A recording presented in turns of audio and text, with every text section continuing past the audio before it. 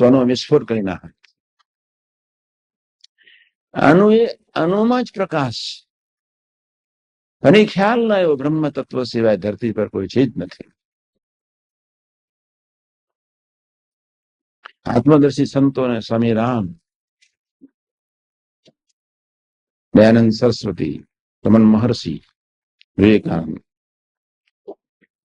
નાનક કે કબીર એવા માણસોને પૂછો તારે એમ જ કહેશે કે બ્રહ્મથી સભર સૌ છે.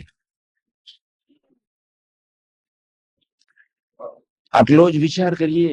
અક્ષર બ્રહ્મની તો કોઈને કલ્પના જ ના આવી. આત્માની કલ્પના આવી. ઉપાસના સિવાય સંજોગોમાં નિર્વાસનિકવાનું શક્ય નથી. ઉપાસના સિવાય કોઈ સંજોગોમાં બ્રાહ્મી સ્થિતિ શક્ય નથી. તમે જ વિચાર કરો આપણા માટે કેટલું સુગમ છે.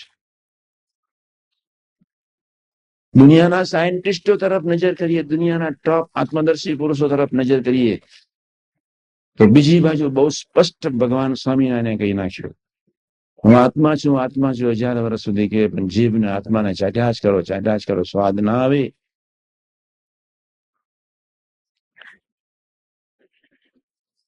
મસ્ત ઉપાસના. હું અક્ષર તો પુરુષોત્તમ, હું સ્વામી તો નારાયણ. 4 પ્રકારનું ભજન મસ્ત.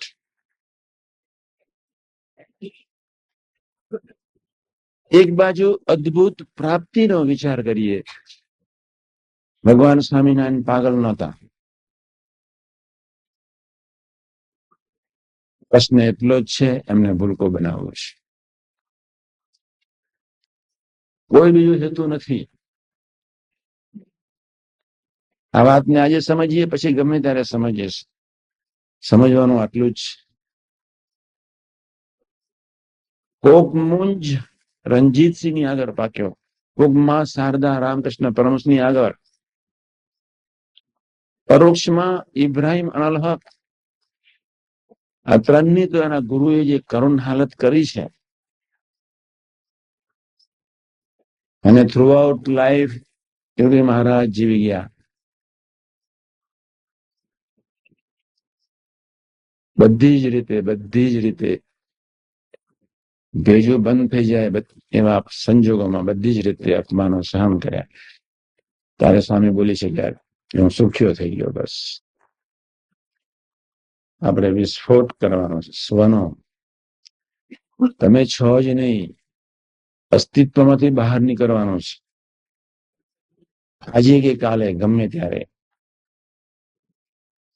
પાપમાંથી બહાર નીકળવાનું છે ને પુણ્યમાંથી બહાર નીકળવાનું છે. રજોગુણમાંથી બહાર નીકળવાનું છે, તમોગુણમાંથી, સત્વગુણમાંથી બહાર નીકળવાનું છે, અને સામ્ય અવસ્થારૂપ જાનપણામાંથી બહાર નીકળવાનું છે. ત્યાં વતનાથ મસ્ત, બહુ સહેલામાં સહેલું વતનાથ. એક સામાન્ય ખપનો વિચાર કરીએ તો એક લૌકિક સિદ્ધિઓ માટે માણસ ગમે તેટલો ભીડો વીટી શકતો હોય, અંતરાત્માને સમૃદ્ધ બનાવવા માટે આ વતનાથ તો આપણા માટે બહુ સુગમ છે, સરળ છે. લૌકિક સિદ્ધિઓને પ્રાપ્ત કરવા માટે રાષ્ટ્રીય નેતાઓએ કેટલું બધું સહન કર્યું છે. વીર સાવરકરે કેટલું બધું સહન કર્યું છે. જલિયાનવાલા બાગમાં જે બળી જનાર સૈનિકો, પ્રજા, એને કેટલું બધું સહન કર્યું છે. અત્યારે તો આપણે એવું કઈ છે.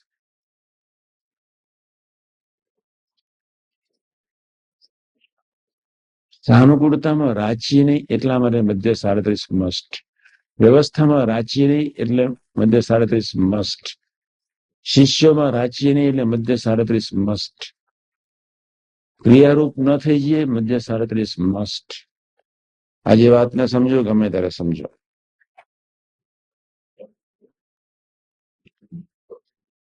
બે શબ્દ આપણને કોઈ કહે, અથવા તમારી વાત કોઈ ત્રીજો કરતો તમારી પાસે વાત આવી તો બી આપણે વિચારમાં પડી જઈએ છીએ. કેટલું સાત્વિક અહમ હશે, રાશિ અહમ હશે, તામસી અહમ હશે. વાતમાં આપણે વિચારમાં, સુવિચારમાં જવાનું. ડુ એન્ડ ડાય.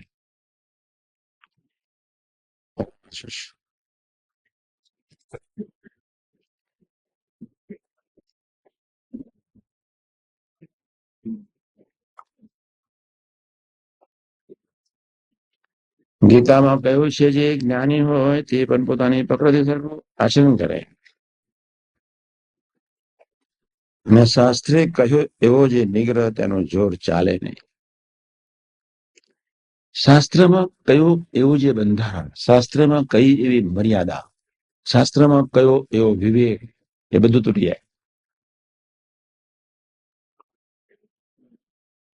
આપણે વિચાર કરીએ ત્યારે ખ્યાલ આવે. શાસ્ત્રમાં કયો એવી મર્યાદા, વિવેક, સામાન્ય ધર્મો, બધું ક્યારે તૂટી જાય ખબર ન પડે. શાસ્ત્રે કહ્યું એવો જે નિગ્રહ તેનો ચોર ચાલે. પરિસ્થિતિ જયારે બદલાય, જયારે દેશકાળ બદલાય, ત્યારે માનવી ક્યારે ફસાઈ જાય ખબર ન પડે. એટલા જ માટે 3 જ વર્ષમાં બહાર નીકળવા માટે 3 જ વર્ષ જ જ્ઞાની પણ પોતાની પ્રકૃતિ સરખું આચરણ કરે. પોતાએ જે જ્ઞાન સિદ્ધ કર્યું હોય એની રીતે અપેક્ષાઓ રાખે,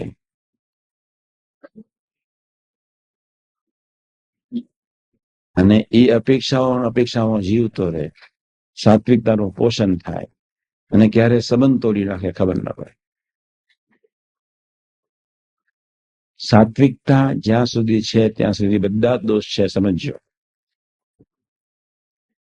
સાથે કે સત્વગુણમાં જેટલું જાનપણું રહે છે એટલા કોઈ ગુણમાં જાનપણું રહે. સત્વગુણ જેટલો અભાવ લેવડાવે છે, સત્વગુણ જેટલો મનમુખી જીવડાવે છે, સત્વગુણ જેટલો ભગવદીથી દૂર લઈ જાય છે, સત્વગુણ જેટલો સંબંધ તોડાવે છે, હિતમાં દયા પ્રીતિ જેટલો સંબંધ તોડાવે છે. એટલે કે શાસ્ત્રે કહ્યું એવો જે નિગ્રહ તેનો જોર ચાલે નહીં. માટે એ સ્વાભાવિક પ્રકૃતિ છે તે સેવ ઉપાય કરીને ટળે. આપણે ટાળવી છે. રામકૃષ્ણ પરમહંસ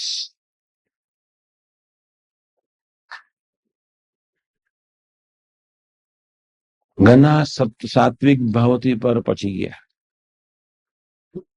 ઘણા. તમે જ વિચાર કરો કે કોઈ દિવસ તમે આ પ્રસંગ યાદ રાખજો, તમને ખબર છે તમે ભૂલી જાવ છો એ જ તમારી કમનસીબી છે. એક માં શારદા ન ભૂલી. આપણે બધા જાગ્રત રહેવાનું છે.